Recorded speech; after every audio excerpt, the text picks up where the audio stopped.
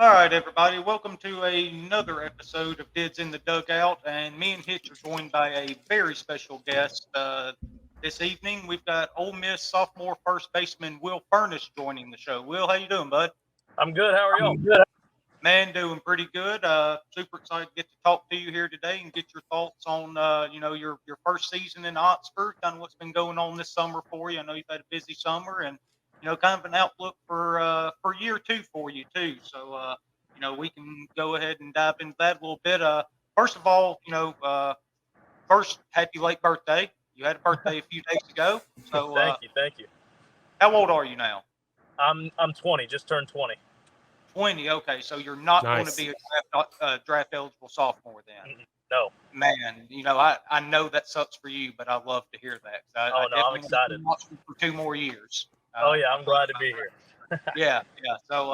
So kind of how was your first season in Oxford, right? You're coming in. Your dad was obviously a great baseball player with LSU. Had an incredible career with them, and Ole Miss and LSU obviously not a whole lot of love lost there throughout the years between those two schools. So it was definitely interesting getting you in here. We were obviously excited about it, but kind of what brought you to Oxford though? What made you choose Ole Miss? So whenever I started my whole recruiting journey, it was going into my freshman year. So my 8th grade summer going into my freshman year. And that's when I kind of started getting collegiate attention. And I was obviously super young at the time. If you look at a freshman in high school, they don't look developed at all. So, it's the same thing with kind of their mindset of what they're looking for. So I had to kind of mature really fast in that aspect of deciding what colleges would fit my personality and my character the best. And it started off with actually there was a pitcher on our team that ended up not playing baseball in college. He got hurt and some things happened with him in his personal life, and he just decided to not play anymore. But he was getting a lot of attention. And so scouts like Coach Laff would come to our game. LSU would come to our game. Arkansas would come to our game, every time he pitched. And so I got exposure through that. When they first started talking to me, I had honestly had no bias towards anybody. I was not looking for a specific school. I knew I loved Ole Miss. I knew I loved I loved all the schools in the SEC. It's been my dream to play in the SEC since I was a little kid and watch my dad's, tapes on, they didn't have TV back then. So I had to watch them on VHS tapes.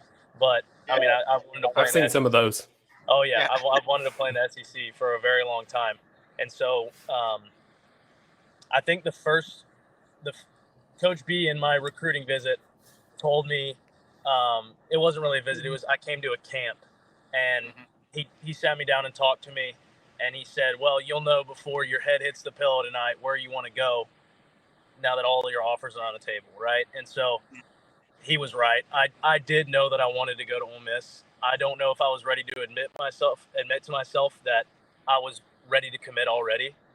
So I kind of waited a week and was looking at my other options. But I knew I wanted to go to Ole Miss from the moment I stepped on campus.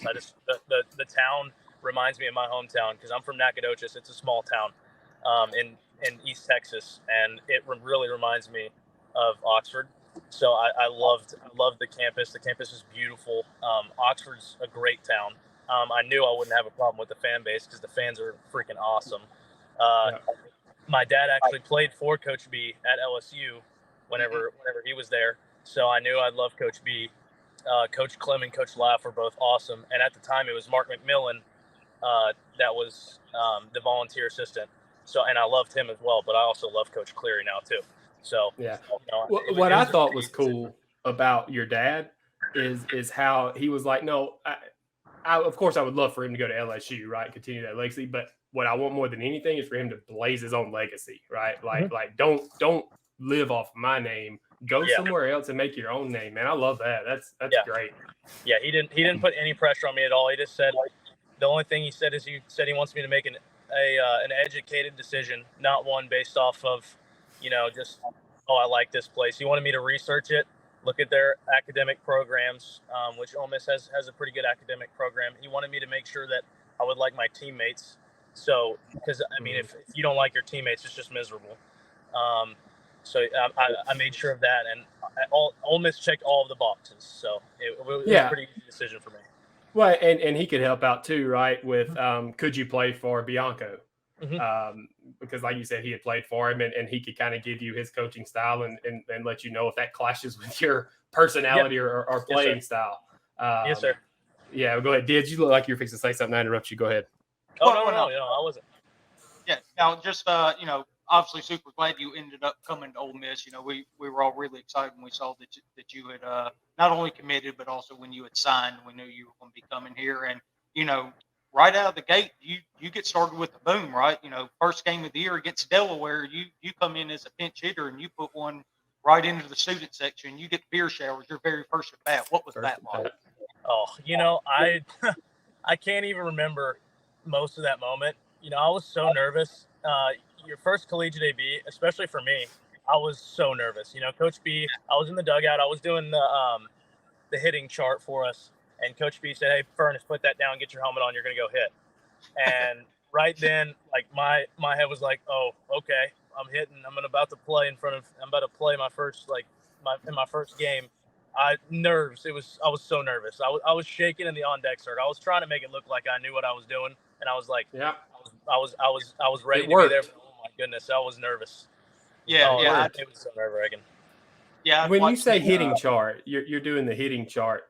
That's always fascinated me. Were you doing the hitting charts for our guys as to where they're hitting the ball, or are you doing it for the opposing team for the pitching side as to where the other guys are spraying it at? Yeah, it's more of like what pitch and what count. So gotcha. And like what and the result of that. So like based on like I put in what happened 0-0, what happened 0-1, what happened 1-0, and so on and so forth. So did you do that in high school? No.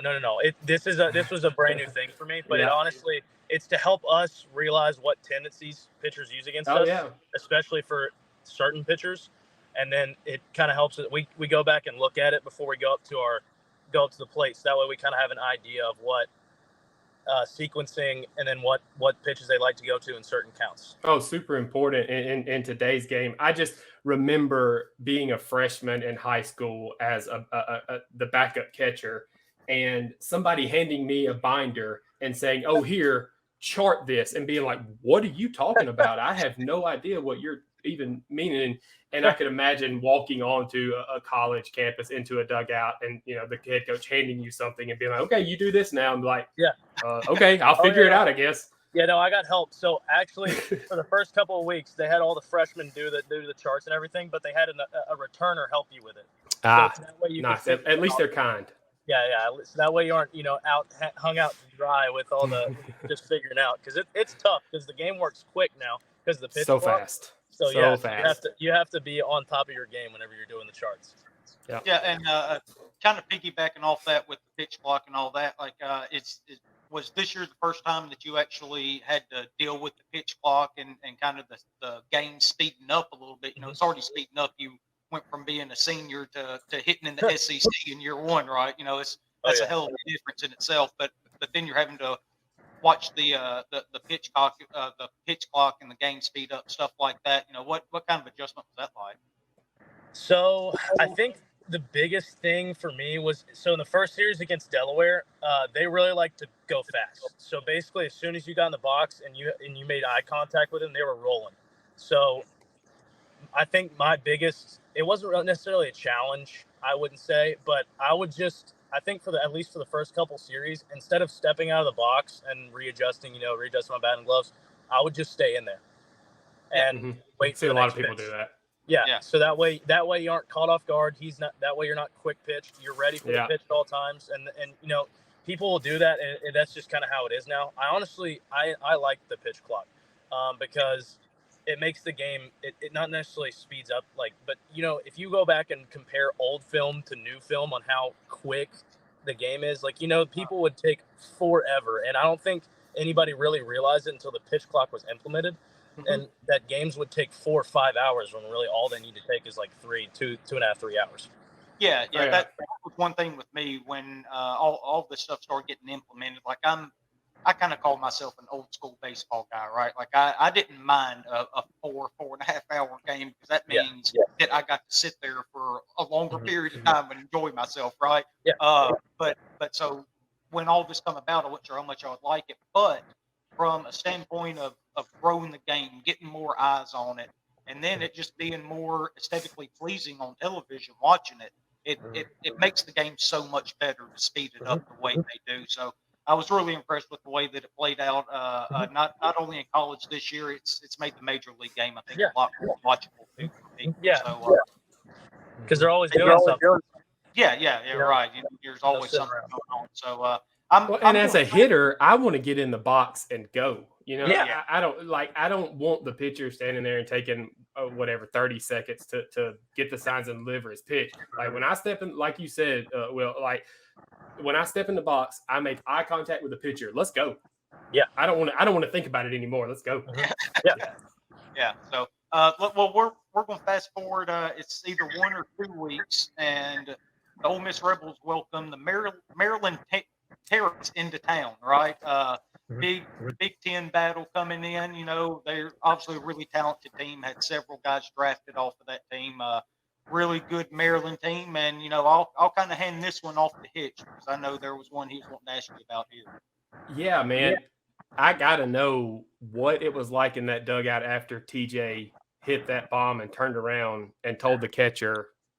Yeah. Because that whole thing started the inning before, right? With the catcher hit a bomb and he started chirping, right? And then it comes out and TJ turns around.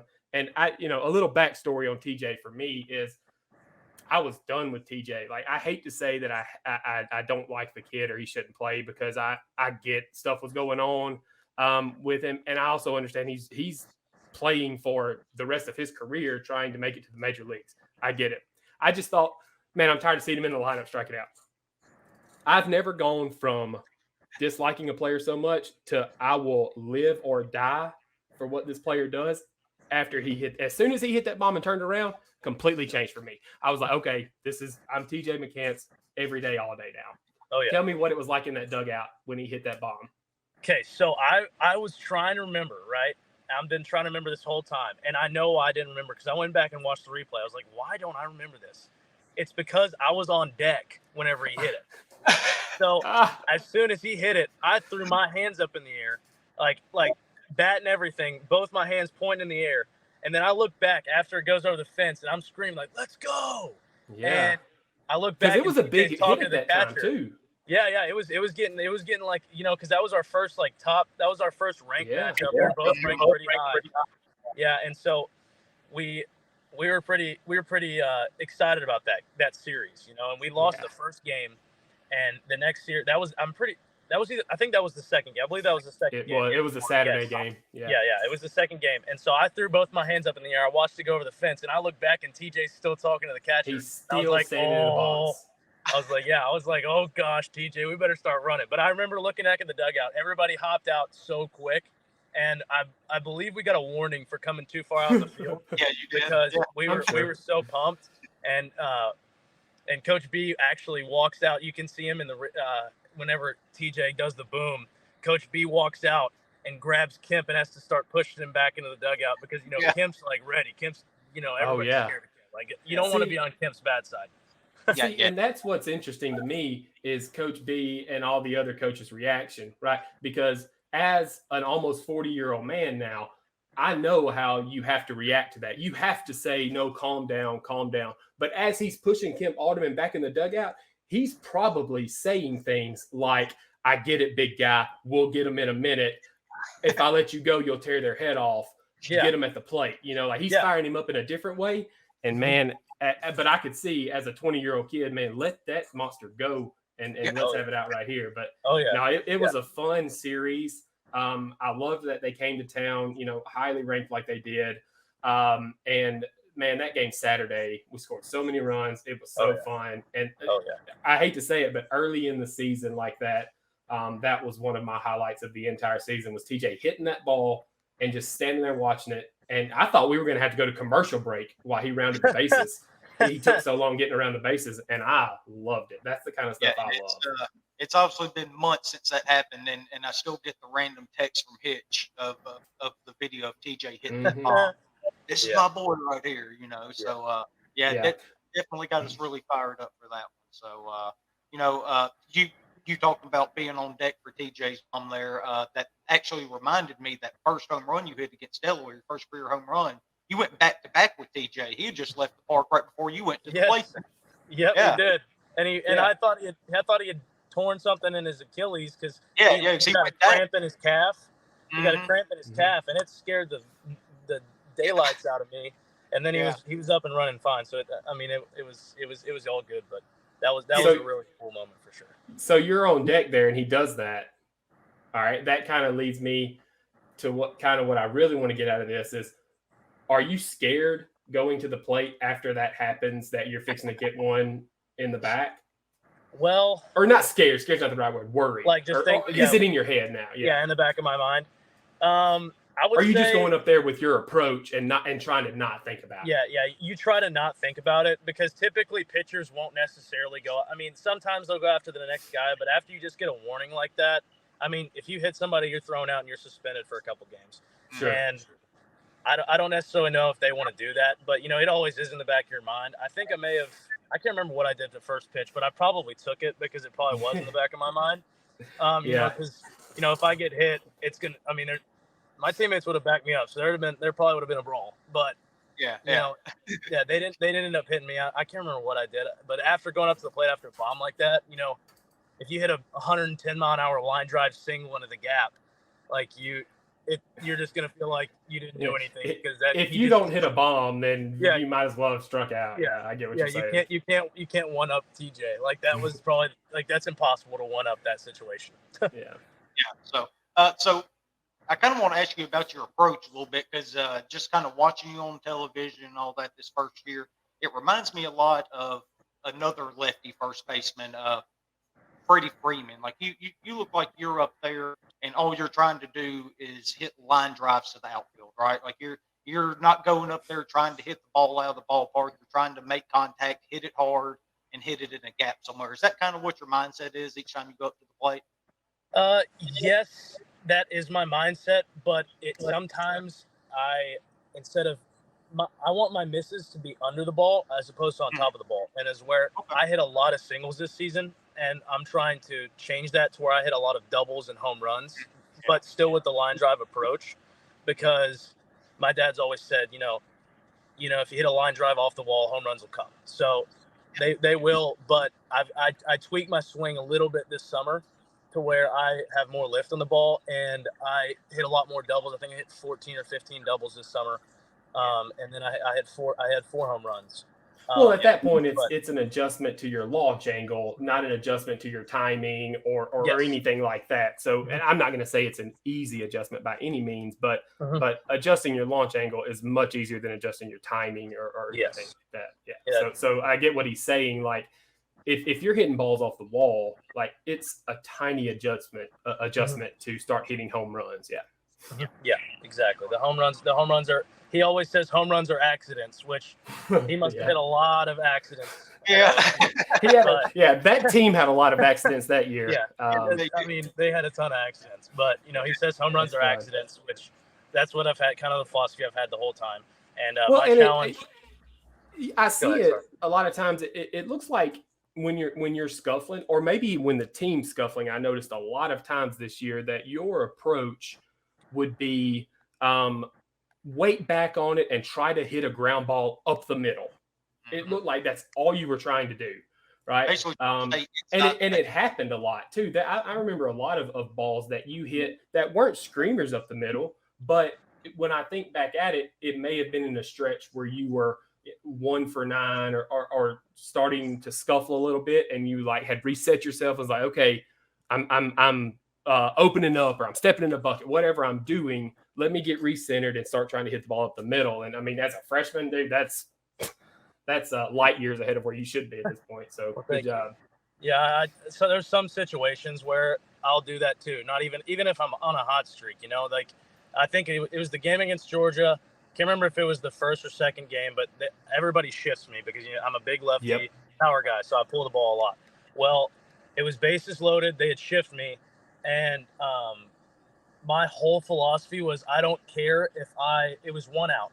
I said, I don't care if I swing whenever the ball hits his mitt.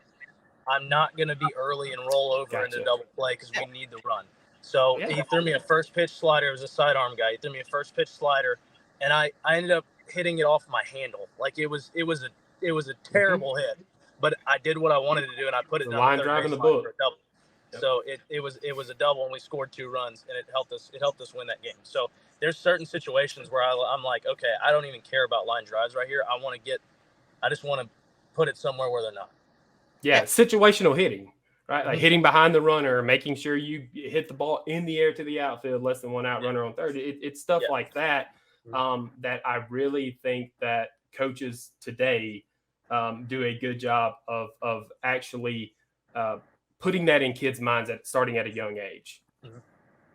So, all right, so kind of talking about accidentally hitting the ball over the fence, right? You're sitting there and you're just trying to hit line drives here, and then they're going off the wall, they'll eventually go over the wall.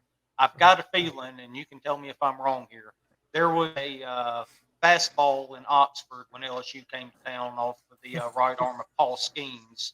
I got a feeling that wasn't an accident as far as that ball went. No, it was not. So I talked to my dad before that series, and like kind of just an approach against Paul Skeens because he obviously watches all the games at LSU's games because he's a big LSU fan. So I was like, I honestly don't know what my plan of attack is against him because he can pitch he's in pro ball right now. He's dominating. So he's going to be a big leaguer one day. And I was just like, okay, I don't really know what my plan of attack should be. My dad said, well, nobody's team is probably going to string very many hits together against him and score runs that way. So you're going to have to just hit home runs in order to score runs off him. So it was first and third. It was 1-2 count. And I was like, okay, well, I'm just going to try to hit a home run because that's my plan of attack against him. Like that's what I've been talking about. I'm just going to try to hit one. And I swung probably about as hard as I could. And it's tough to hit him. It's really tough to hit him. And people ask me all the time, like, what it looked like. And I'll say, I don't know. Like, you didn't feel it. Yeah. Didn't see it. Didn't feel it. Yeah. I get it. I mean, you had to start swinging whenever his foot touched the ground because it got on you so quick. But yeah, I swung about probably 8 inches above the ball. It felt like, cause it looked like it was rising and I made perfect contact and that was it. Yeah. And obviously that was a real big home run. That gave us the lead, put us up 3-2 against the number 1 team in the country. At a part of the year we're trying to build some momentum, best player in the country on the mound, and your dad in the stands. They showed him over and over and over again, obviously that weekend. So kind of how cool was that moment having him there against his former team with you hitting the big 3-run bomb off the All-American to put Ole Miss in the league? That was will be one of the coolest moments I will ever have. I think there'll be a lot more cool moments in my career over the next 2 years or 3 years in Oxford, and I think that will probably won't be one of the top ones for a while. That I was screaming at the top of my lungs rounding first base, and I couldn't even hear myself. It was so loud in that stadium because the comment he had made about the beer showers earlier in that week, it got everybody really riled up, and they wanted a home run so bad. It's the first thing I thought. Yeah. Me too. It's the first thing that popped in my head when I was sitting there watching that game. And I hate to tell you, it wasn't you screaming around first base. You were still screaming around in third too. Like I was so excited. Yeah. It's one of the coolest things I've ever seen on a baseball field, happen. And man, congratulations that a once in a lifetime thing got to happen like that. Everything, the stars aligned, and it was really cool. I enjoy. That's another one of those things that I said earlier, one of my favorite moments of the season was TJ hitting that 3-run bomb. And I almost said this one as the second one, but I knew that we were going to talk about it. So I would say, but that's probably the second one. That's probably my favorite part of the entire season since, we were down a little bit, wins and losses. That was obviously a really cool moment. So, we get through the rest of the year. Obviously it didn't end the way that all the Ole Miss fans wanted it to, but just like all players, you go off and start playing summer ball. Kind of how does that come about? Do you sign up for a certain league or what? How did you end up in Kalamazoo this summer? So usually the coaches will assign you to a summer ball team at the beginning of the fall. And so Laugh came up to me. He said, hey, I'm going to send you to Kalamazoo. Is that okay? Or I've been planning on sending you to Kalamazoo in the Northwoods League. It's the league right below the Cape. What do you think about that? And I said, that sounds great to me. So I signed up pretty early. I signed the contract. And then pretty much right as the season was over, I was like, okay, I had about 150 ABs this season. I'm going to take 2 weeks off because my body is beat. So I took about 2 weeks off. And then on June 9th, I went up there. I was actually I think I had the second most games played on the entire team. And, it was a grind. It's a lot of games. We play every day with like three total actual off days. And it's tough adjusting to that. I think that's probably part of the reason I didn't have as great of a first half in summer ball is I was getting used to the wood bats and playing every day and taking care of my body to make sure I didn't get hurt. And then the second half, it really picked up for me. I hit 2 more home runs in the second half. I had a bunch of doubles. That's when I kind of fixed my swing a little bit, and and my swing started feeling like it did. It started feeling amazing again, and that's when I started hitting better and feeling better. Yeah, some of that's got to be the adjustment to the wood bat. Mm-hmm. Something else you did a really good job of this summer. I was looking it up at, what was it, 39 strikeouts to 55 walks? Do I have that right this summer?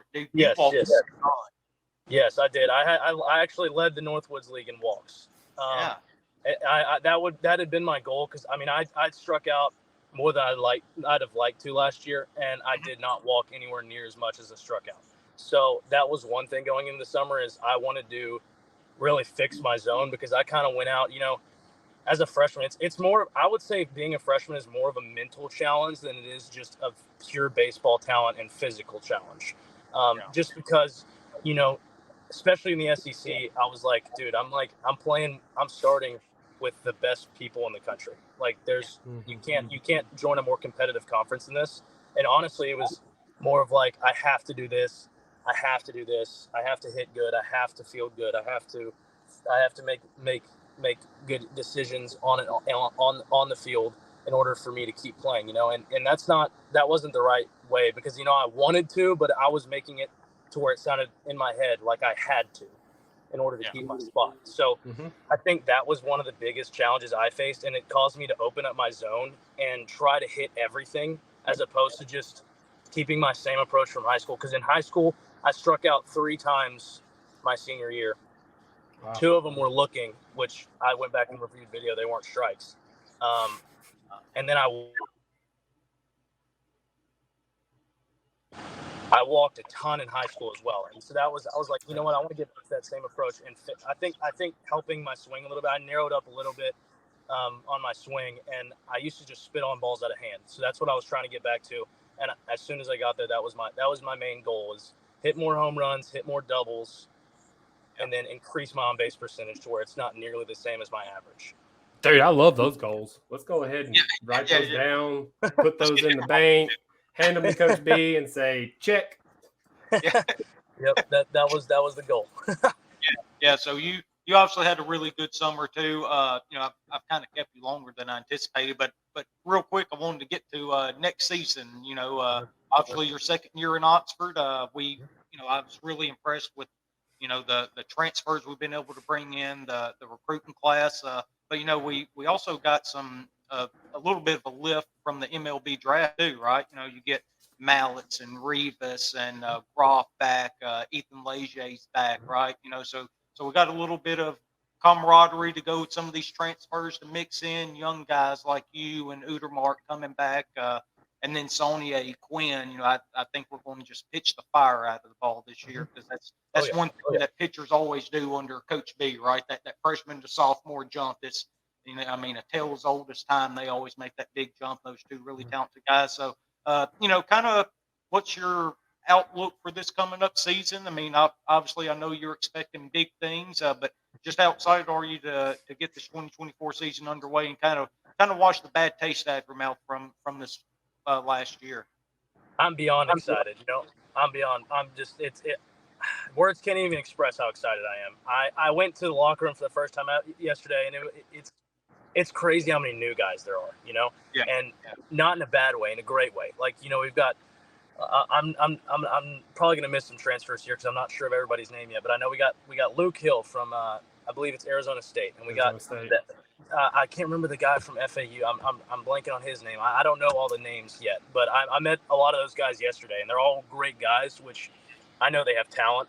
And I think team chemistry is very, very important to having a successful team. You can't just bring in guys, mesh them all together, and if they hate each other, it doesn't matter. They're not going to play well together anyways. So I think that's one thing Coach Laff and Coach Clem and Coach B do really well is they recruit guys that aren't not only talented but also good kids and are like easy to be are easily likable. So they can mesh. They with fit the into team the well. culture of the team, right? Yeah. Like there's a certain culture that Coach Bianco's built here, and he doesn't want to go get a kid. I remember when I was at ICC, right, there was a kid from Paducah, Kentucky. His name was Jeremy King. He was left-handed, unbelievable. He was the nastiest kid I've ever seen, right?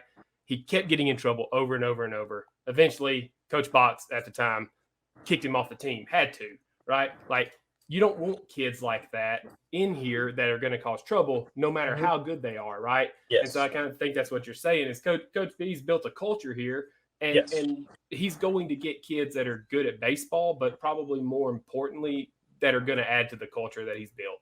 Exactly. Because talent really matters, but you got to work hard and you got to enjoy working hard. And in order to enjoy working hard, you've got to have teammates that are willing to work hard with you. Sure. And that camaraderie is very important to having a successful program.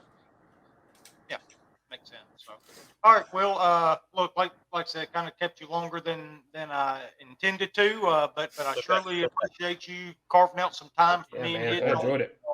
On this little podcast. We started this as a baseball podcast. The first one we did was about the 2024 Ole Miss baseball team, and then went completely off brand and did 4 shows about football or something, right? So it's going to be nice to actually have a baseball show up on a baseball podcast. So I appreciate you joining us and sharing your experiences of the first year, and obviously we look forward to seeing you next year, and hopefully we can get you back on here sometime before the season starts and get a little bit of a rundown before the season starts. Oh yeah, for sure. Let me get inside scoop with all the guys. Now that I'm back and we can get an inter squad, and I'll get y'all again.